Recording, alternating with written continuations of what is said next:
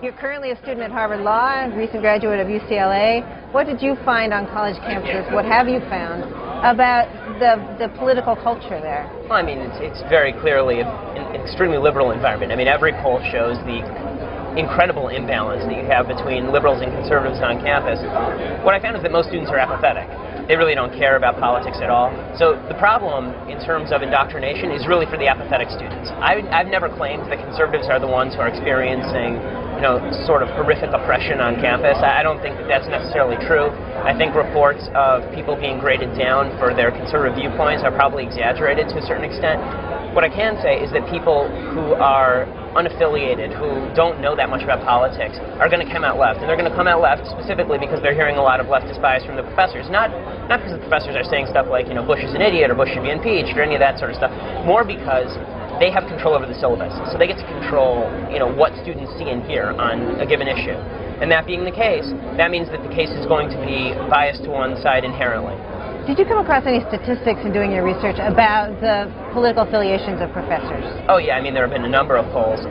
Most recently there was a poll that came out last year that showed that I believe it was 77% of the professoriate is registered Democrat or votes Democrat, and that seems a bit low to me. I mean, if you look in the Ivy Leagues, for instance, in the 2000 election, 84% of professors voted for Al Gore. I mean, the country was split 50-50. You have 84% of Ivy League professors voting for Al Gore.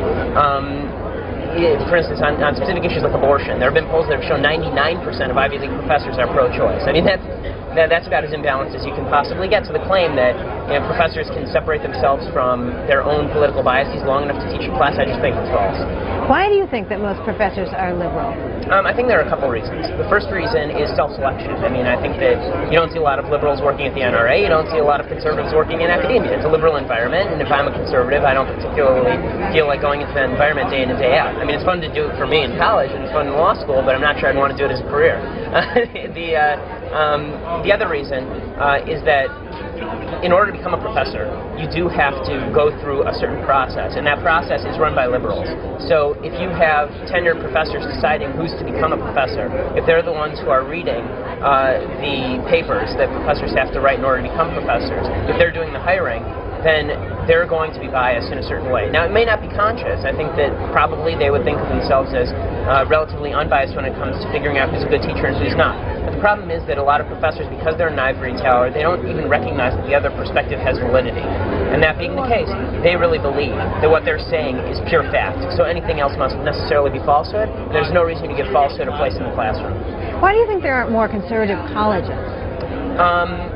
That's a good question. I think mostly because state-sponsored colleges tend to be very liberal, and a lot of students go to state-sponsored colleges. At the end of Brainwashed, I pushed for startup colleges, essentially, from conservatives. There was an attempt in Colorado to put together a Reagan college. That fell apart. I think part of it is that if you're an alumni, regardless of whether you're conservative or liberal, you have a stake in keeping your school's reputation as high as possible, because then you get to brag about it. If you're from Princeton, you're going to give money to Princeton. If you're from Harvard, you're going to give money to Harvard, regardless of what's going on the campus. So there's no real reason for colleges to change their policy. They're getting a lot of money. The alumni are going to continue giving money because it's good for their resume, for people to look at their college and say, wow, you went to Harvard, even if they don't agree with the current political policy at Harvard. So if there's no market for it, then and people are unwilling to go out of their way to create a market for conservative colleges, there's not going to be any conservative colleges. What's your personal experience been at Harvard Law School? Do you speak up when you disagree with what a professor says about politics? Yeah, I do, and it's a lot of fun. I think that conservatives need to gauge professors. I mean, one thing some conservative students don't tend to do is realize when professors just want to talk and just sit there, just sit there and listen. If a professor wants to talk, let it go. But I found a lot of professors are very receptive to the argument. They think it's a lot of fun. So. We will make America great again.